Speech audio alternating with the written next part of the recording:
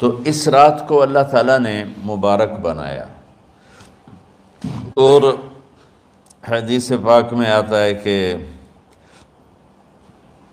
اللہ تعالیٰ اس رات میں ساری دنیا کے لوگوں کی بخشش فرماتا ہے سوائے 5 آدمیوں کی، 5 کے سوا سب اہل ایمان کی بخشش ہو جاتی۔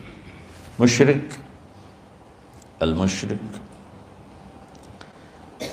پہلا مشرک، دوسرا مشاحن، مشاحن کسے کہتے ہیں؟ دل میں بغض رکھنے والا، کینہ رکھنے والا۔ تیسرا مسبل ازارہ، اپنے پاجامے شلوار چادر کو ٹخنوں سے نیچے تک لے جانے والا، لیکن ایک شرط کے ساتھ کہ وہ تکبر کی وجہ سے ہو، سستی کی وجہ سے ہے، غفلت کی وجہ سے ہے۔ چونکہ جب آپ نے ایک مرتبہ اس کے بارے میں بات کی تو حضرت ابوبکر صدیق نے کہا یا رسول اللہ، میری چادر، عرب چادر باندھتے تھے جیسے ہمارے پنجاب کا لباس چادر تھا، اب وہ کم ہو گئے، ہماری تو بزرگ عورتیں بھی اور مرد بھی سب چادر باندھتے تھے، شلوار کا تو کسی کو پتہ ہی نہیں ہوتا تھا ہمارے بچپن میں۔ یہ تو پھر آہستہ آہستہ جب تعلیم آئی تو شلوار دیہاتوں میں بھی اور شہروں میں عام ہو گئی۔ تو اگر وہ اس لیے لٹکا رہا ہے کہ طبیعت میں تکبر ہے، پھر اس وعید کا وہ حقدار ہے۔ اگر ویسے اس کی نیچے جا رہی ہے تو میرا مالک ایسا، وہ تو ہے ہی رحیم و کریم، ہے ہی رحیم و کریم، ہے ہی رحیم و کریم،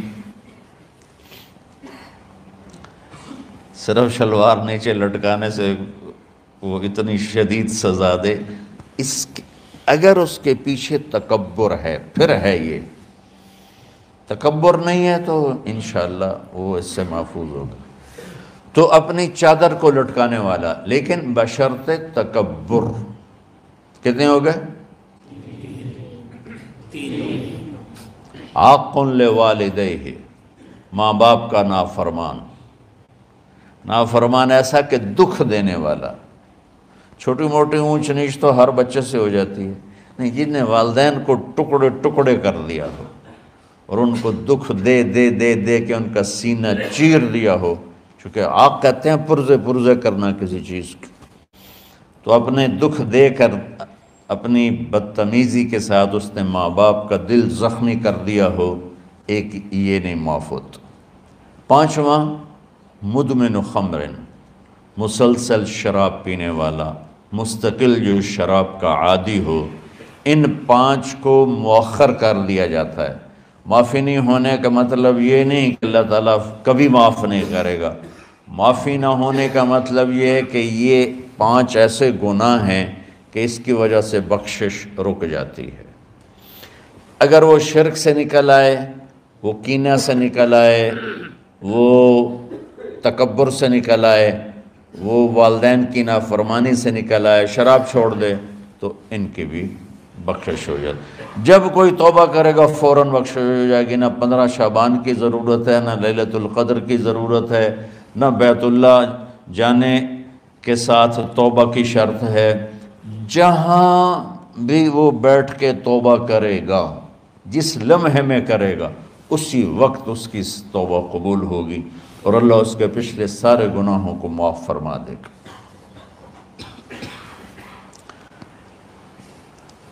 دن کا روزہ، رات کا قیام، زیادہ قیام سے مراد نوافل ہیں، کوئی گھر میں پڑھ لے، کوئی مسجد میں پڑھ لے۔ نوافل، نفلی عبادات گھر میں ہی افضل ہوتی ہیں۔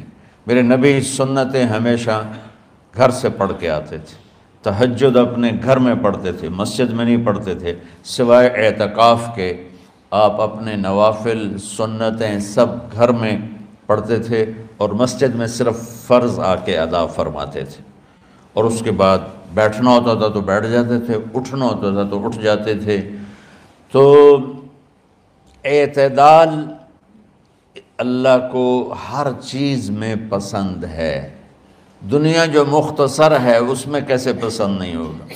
آخرت جیسے معاملے میں بھی اللہ ہم سے کہہ رہا ہے اعتدال امتن وسطا، ایسے عیسائیوں کی طرح ترک دنیا بھی نہ کرو، یہودیوں کی طرح دنیا کے پیچھے نہ پڑ جاؤ، رزق حلال بھی کماؤ، اپنے بچوں کو بھی دیکھو، اپنے فرائض کو بھی دیکھو جو دنیاوی ہیں، اور اللہ سے بھی اپنا معاملہ ٹھیک کرو اور درست کرو۔ بعد کے زمانے میں صحابہ کے بعد سے ہی ایک انتہا پسندی امت میں آئی، ساری رات جاگنا۔ فلاں بزرگ تھے، وہ رسے سے اپنے بالوں کو باندھ لیتے تھے کہ نماز پڑھتے پڑھتے جب نیند آئے اور جھٹکا لگے تو رسے سے بندھے ہوئے بالوں سے اس جھٹکے سے تکلیف ہو اور ان کی آنکھ کھل جائے اور پھر نفلوں میں شروع ہو جائے۔ ایک فلاں بزرگ تھے، وہ اپنے آنکھوں میں نمک کا سرما لگاتے تھے تاکہ آنکھیں جل جائیں، اس میں وہ جلن پیدا ہو جائے اور نیند اڑ جائے۔ یہ ایسے واقعات بھرے پڑے ہیں۔ فلاں بزرگ تھے، انہوں نے 30 سال عشاء کے وضو سے فجر کی نماز ادا کی۔ یہ اپنی جگہ پہ بزرگی ہے، لیکن یہ بھائیو یہ دین ہم پیش نہیں کر سکتے۔ فلاں بزرگ تھے، وہ 30 سال سے ستو کھا رہے تھے کہ روٹی کھانے اور ستو کھانے میں 70 دفعہ سبحان اللہ کا فرق پڑ جاتا ہے، تو روٹی کھائیں تو 70 دفعہ سبحان اللہ کم کہہ سکتے ہیں، اور ستو کھائیں تو 70 دفعہ سبحان اللہ زیادہ کہہ سکتے ہیں۔ تو لہٰذا انہوں نے کہا مجھے تو 30 سال ہو گئے، میں تو ستو کھا رہا ہوں، میں تو روٹی نہیں کھا رہا۔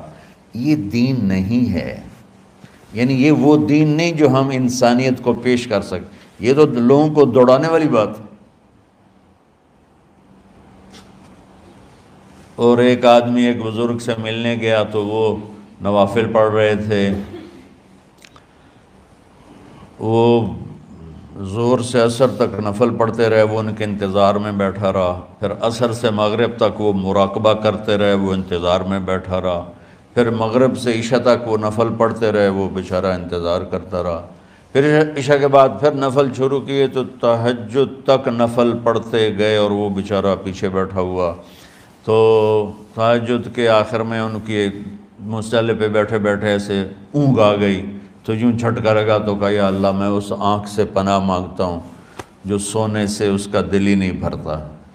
اور پھر اس کے بعد فجر کی نماز پڑھ کے اشراق تک بیٹھے رہے، پھر اشراق پڑھے، اخیر وہ بیچارہ اٹھی کے واپس آ گیا، لگتا ہے نام تھا ویلی کوئی نہیں۔ تو وہ اس نے کسی سے پوچھا کہ یہ بزرگ کب سے یہ کر رہے ہیں؟ کہ پچھلے 30 سال سے کر رہے ہیں۔ یہ راہبانیت کی شکل ہے، یہ وہ دین نہیں جو ہم لوگوں کو پیش کریں گے تو وہ کہیں گے واہ واہ واہ واہ کیا دین ہے بھائی، قبول کرو۔ یہ ایک قسم کا غلو آیا۔ میں ایک حدیث سناتا ہوں، بخاری شریف میں بھی ہے، مجھے اب ہر شے بھول گئی، لیکن وہ ہے نہی الغلو، اس طرح کر کے آپ لوگ زیادہ جانتے ہوں گے جو پڑھ رہے ہیں کہ غلو سے نہیں۔ حدیث آپ کو سب کو یاد ہوگی کہ 3 صحابہ آئے اللہ کے نبی کے گھر اور پوچھا کہ اللہ کے نبی رات کیسے گزارتے ہیں؟ تو گھر والوں نے کہا سوتے بھی ہیں، جاگتے بھی ہیں، کھاتے بھی ہیں۔ تو وہ تینوں آپس میں کہنے لگے وہ تو نبی ہیں، سوئیں بھی تو کوئی بات نہیں، اور شادی ہے کوئی بات نہیں، ہم تو نبی نہیں، ہمیں تو کچھ کرنا چاہیے۔ ایک نے کہا کہ میں ساری زندگی روزہ نہیں چھوڑوں گا، ایک نے کہا کہ میں ساری زندگی سوؤں گا نہیں، ایک نے کہا میں ساری زندگی شادی نہیں کروں گا۔ تو دیکھنے میں تو واہ واہ کیا بڑی بزرگی ہے بھائی، بڑے بزرگ ہیں۔ ہمارے نبی کو پتہ چلا، آپ نے تینوں کو بلا لیا، کہا تم مجھ سے زیادہ اللہ سے ڈرنے والے ہو، میں تم سے انا اتقاکم یا اخشاکم، الفاظ آپ لوگوں کو زیادہ یاد ہوں گے لیکن مفہوم میں صحیح پیش کر رہا ہوں۔ آپ نے کہا میں تم سے زیادہ اللہ کو جانتا ہوں، تم سے زیادہ اللہ سے ڈرتا ہوں، میں سوتا بھی ہوں، میں کھاتا بھی ہوں، میں روزے بھی رکھتا ہوں، میں چھوڑ بھی دیتا ہوں، میری بیویاں بھی ہیں، میں اپنی بیویوں کے پاس بھی جاتا ہوں۔ تم دین میں غلو سے بچو، پہلے امتوں کو ہلاک کر دیا دین میں غلو۔ دنیا میں غلو یعنی انتہا پسندی، ایکسٹریمسٹ ہونا، دنیا ہو یا دین ہو، دونوں میں اعتدال بچو، اللہ تعالیٰ کو پسند ہے۔ تو شعبان کے حوالے سے ایک علماء کا طبقہ اتنا رد میں گیا کہ ایسی نفی کر دی کہ جیسے ہے ہی کچھ نہیں، یہ بھی غلط ہے۔ ایک طبقہ وہ ہے جو پتہ نہیں کیا کچھ کرتا ہے شب برات کے نام پر، وہ بھی غلط ہے۔ ساری حدیثوں کو ملا کر روزہ اور رات کا قیام، کہ رات کو اٹھ کے کچھ اللہ کو یاد کر لو۔ اب اس آیت میں بعض مفسرین سے غالباً بھول ہوئی، حامیم والکتاب المبین انا انزلناہ فی لیلۃ مبارکۃ انا کنا منذرین فیہا یفرق کل امر حکیم امرا من عندنا انا کنا مرسلین۔ یہ لیلۃ القدر ہے، انا انزلناہ فی لیلۃ مبارکۃ، یہاں دوسرا لیلہ مبارک رات میں ہم نے قرآن کو اتارا۔ دوسری آیت کو جوڑو، انا انزلناہ فی لیلۃ القدر، ہم نے قرآن کو لیلۃ القدر میں اتارا۔ تو وہ آیت اس آیت کا ترجمہ کر رہی کہ لیلۃ مبارک سے مراد لیلۃ القدر ہے، 15 شعبان نہیں۔ لیکن بعض مفسرین جو بڑے لوگ ہیں، لہذا ہم سب کا ادب احترام کرتے ہیں، لیکن رائے کا اختلاف وہیں بڑے علماء میں ہی ہے، تو اسی کو میں آپ کے سامنے نقل کر رہا ہوں، کوئی اپنی رائے نہیں دے رہا ہوں۔ تو ان سے یہ صاف ہو گیا کہ انہوں نے اس کو 15 شعبان بنا دیا۔ یہ 15 شعبان کی رات نہیں ہے، یہ لیلۃ القدر ہے، کہ جس میں وہ پورے سال کے احکام اعلان کر دیے جاتے ہیں، وہ شب قدر ہے۔ اس میں بھی معافی ہوتی ہے، اس میں بھی معافی ہوتی ہے، لیکن شب قدر تو قرآن سے صحیح احادیث سے ثابت ہے، اور شعبان کی رات ضعیف حدیثوں سے ثابت ہے، لیکن کثرت حسن لغیرہ اور امت کا عمل اس میں بہت بڑی گنجائش پیدا کرتا ہے۔ تو جو بچہ روزہ رکھنا چاہے ضرور رکھے، جو رات کو اٹھنا چاہے ضرور اٹھے، لیکن وہ اتنا نہ اٹھے کہ صبح سبق میں سویا پڑا ہو، تو ایسی عبادت نہیں چاہیے کہ آپ اپنے طلب علم جو فرض ہے اس میں آپ سوئے پڑے ہوں، تو تمہارے خراٹوں سے سبق بھی متاثر ہو رہا ہو۔ تو اعتدال بچوں، ہر چیز میں اعتدال، اور کسی سے گلہ ہے، غصہ ہے، ناراضگی ہے، کسی سے بولتے نہیں ہو۔ ابھی سے شعبان آ چکا ہے، آپ شعبان سے رمضان کی تیاری شروع فرما دیتے تھے، تو اس کی تیاری کیا ہے؟ وہ دلوں کو صاف کرو، معاف کرو، معافی مانگو، تمہارا قصور نہیں پھر بھی معافی مانگ لو، دلوں کو صاف کرو، اور اللہ سے سخاوت مانگو، کہ اللہ کو سخی بھی پسند ہے اور صاف دل والا بھی پسند ہے۔ تو انشاءاللہ اگر اس طرح آپ کی تعلیمی سرگرمیاں بھی رہیں اور رمضان کا روزہ بھی ہوا اور دل صاف بھی ہوا، تو انشاءاللہ اللہ آپ کے دل کو ایمان اور علم کے نور سے بھر دے گا۔ سارے بچے اس کی نیت کرتے ہو نا؟ اللہم لک الحمد کما انت اہلہ فصلی علی محمد کما انت اہلہ۔ ہمارے اسباب و وسائل میں بہت کمی آ رہی میرے مولا، اپنی قدرت سے اپنے اس ملک کے لیے رزق کا، ہدایت کا دروازہ کشادہ فرما۔ یا اللہ، جو اس کی دشمنی کرنے والے ہیں ان کو بھی ہدایت نصیب فرما، اور ان کے مقدر میں ہدایت نہیں تو ان کے شر سے اس کی حفاظت فرما۔ جتنے مدارس ہیں، جتنی خانقاہیں ہیں، جتنے تبلیغی مراکز ہیں، جتنے حفظ کے مکاتب ہیں، ان سب کی حفاظت فرما۔ علماء اہل حق کی حفاظت فرما، علماء اہل حق کی حفاظت فرما۔ یا اللہ، صالحین کی حفاظت فرما۔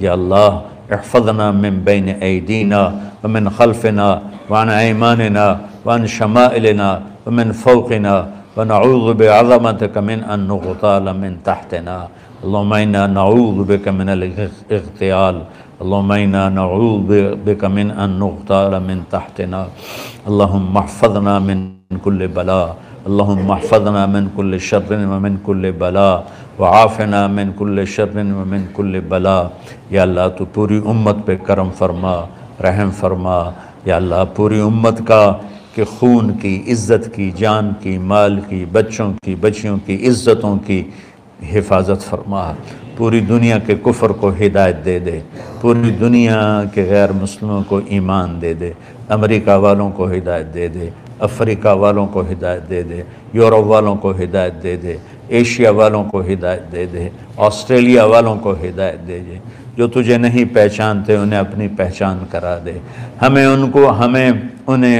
ہمیں تو ذریعہ بنا لے ان تک اپنا پیغام پہنچانے کا اور تیرا تعارف کروانے کا تو ہماری زندگی اس کے لیے قبول فرما لے ان بچوں کو قبول فرما لے انہیں ہدایت کے چراغ بنا ہدایت کے سورج بنا ان کو ان کے والدین کو دنیا اور آخرت کی ہر خیر نصیب فرما ان پڑھانے والوں کو اس میں کام کرنے والوں کو دنیا اور تمام شاخوں میں پڑھنے والے پڑھانے والے خدمت کرنے والے کام کرنے والے ان کے بچوں کی حفاظت فرما ان کی دنیا بھی بھلی فرما ان کی آخرت بھی بھلی فرما اور یا اللہ امت کے جوڑنے کا کہ مدرسۃ الحسنین کو ذریعہ بنا دے امت کو جوڑنے کا مدرسۃ الحسنین کو ذریعہ بنا دے یا اللہ جو ایمان پہ تیری بارگاہ میں پہنچ گئے ان کے درجے بلند فرما ان کی قبریں روشن فرما ہم جو پیچھے آ رہے ہیں میں عافیت والی صحت والی سہولت والی زندگی دے اور ایمان والی موت عطا فرما یا اللہ امراض والی موت سے بچا ہسپتالوں والی موت سے بچا اغتیال والی موت سے بچا عافیت سلامتی والی ایمان کے ساتھ اپنی رضا کے ساتھ ہماری واپسی یا اللہ مقدر فرما یا اللہ جو بیمار ہیں جو بچے بیمار ہیں جو اساتذہ بیمار ہیں یا اللہ میں بھی تیرا حقیر فقیر بندہ بیماری میں چل رہا ہوں ہم سب کو صحت شفا کامل نصیب فرما صحت شفا کامل نصیب فرما یا اللہ صحت شفا کامل نصیب فرما یہ جو نکاح ہوا ہے ان میں بھی یا اللہ جان بین میں برکت نصیب فرما اور محبت نصیب فرما یا اللہ ہم سب سے راضی ہو جا توفنا مسلمین والحقنا بالصالحین غیر خزایا ولا مفتونین انک علی کل شیء قدیر ربنا آتنا فی الدنیا حسنہ وفی الآخرۃ حسنہ وقنا عذاب النار وصلی اللہ تعالی النبی الکریم آمین برحمتک یا